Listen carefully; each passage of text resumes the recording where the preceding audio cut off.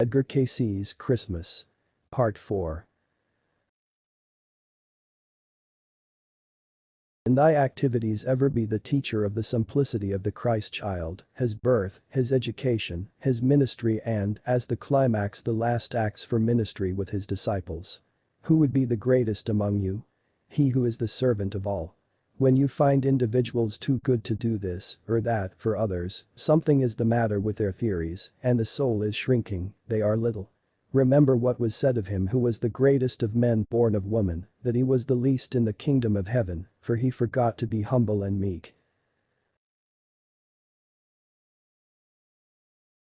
Will you explain in more detail just how this entity can in the rest of this life be of greater service to mankind? In doing that the heart and the hands find to do. Keep the mind and the heart busy in making known the love of the Christ child in the hearts, in the souls of those that are seeking so much.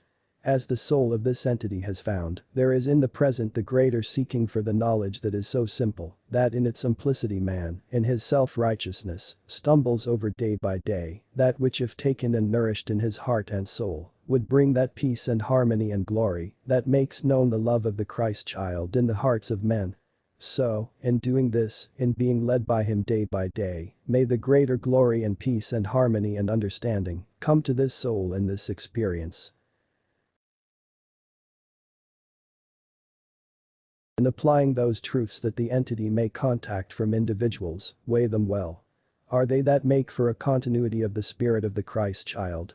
Then hold fast to that. Are they that partake of either mental bombastic forces, as would make for a considering of what will others say? Or what will one in position do? Then beware of. For in him is light, in him is truth.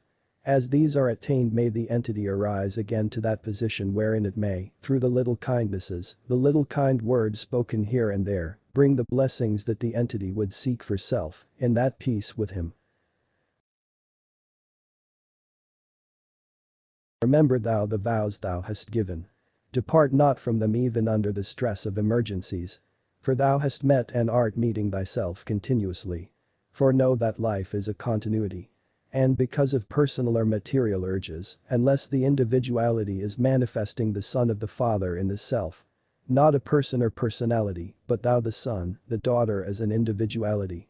Thou art losing thine hold upon that as would make thee as one with the creative forces, as each soul may manifest in the earth.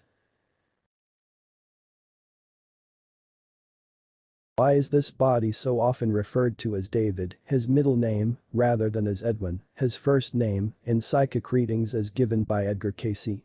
The development of the entity is rather in that vibration of David than of Edwin, for these two conditions are with the vibration in names. Edwin, first name, meaning that of a peacefulness, defender of peacefulness, carrying both the condition and implied forces from same. David, rather that of the gift from the higher forces, or a son of the Father. One, especially, endowed with gifts from the higher forces. For he, even as then, will bless thee with his presence and same. And what greater assurance can there be in the experience of any soul than to know that he, yea, the Son of Mary, yea, the Son of the Father, the maker of heaven and earth, the giver of all good gifts, will be thy right hand, yea thy heart, thy mind, thy eye, thy heart itself. If ye will hold fast to him. How gave he? If thy brother smite thee, turn the other cheek. If thy brother seeketh or taketh away thy coat, give him the other also. If he forceth thee to go 1 mile, go with him twain. Are these but sayings? Are these but things not understood? Dost thou say in thine heart and thy mind, yea, but he was the Son of the Father, and thus had the strength that is not in me? But ye are foolish. For not only art thou sons and daughters of the Father, but hath the strength in the promises of him who is life and light and the way and the water and the understanding. Then the practical application of the Christ life in thy daily experience is wisdom indeed. I stand before the door and knock. Who will open? Who, then, will become the door that will lead others to that knowledge, that appreciation of the oneness of the Son with the Father, which may be made manifest in the material world through the application of those attributes of the Son, of the Father, in the activities of the individual. Let the words of thy mouth and the meditation of thine heart be acceptable in the sight of him that thou hast heard give, though I go away, I will come again and receive you unto myself, that where I am there ye may be also. And the greater love as was shown, and lo, I am with thee always, even unto the end of the world. What greater manifestations could there be in the inner soul of anyone in a material plane than bespeak those things of the Son of the Father in such a way and manner that those that hear may know that thou hast indwelling in thine inmost soul the knowledge of the Father in the Son and the love of the Father to the sons of men.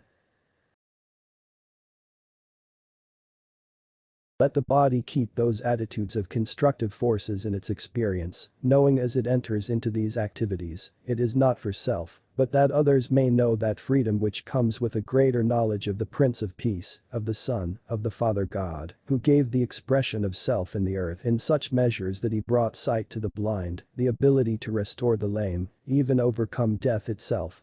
These keep in thy consciousness, that in him ye live and move and have thy being, holy. Know that the Lord doeth all things well. Keep his law. For it is not beyond understanding if ye seek not to have thine own way, but can truly in heart, in mind and body, daily say, Thy will, O God, be done, in me and through me, daily.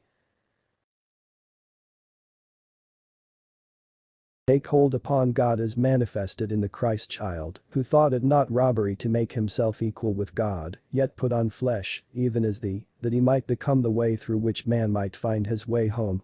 Home. Hold fast to that as is embodied in the whole sound of H. O. M. E. These become then that upon which the souls of men may take hold, and they hold thee as in the embrace of grace, mercy, peace, hope, happiness. These are states of experience for all, but are only found when thine own conscience is at one with him who gave, Come unto me, all who are weak or heavy laden, and I will give thee rest, for though thy yoke be heavy, though thy burden be weighted with the cares of the world, I will give thee peace and rest, not as the world counteth same, but as the soul sees and understands. And as ye gather then in those influences that are fraught by the thoughts of home, ye will find as he gave, though the birds of the air have nests and the foxes have holes, the Son of Man hath not where to lay his head. For he seeks a city, a home, without foundations, whose builder and maker alone is the Father God. In him ye find peace. For when the soul is in its manifestations it is as God so loved the world, even those that hated him, even those that put him off to shame, even those that called on other gods, even those that made a companion of Satan. The emissaries that are in direct opposition to the Christ consciousness, even these. God so loved that he gave himself, his Son, that we, his children, his brethren of the Christ, might, through the Christ, have the greater access to the Father.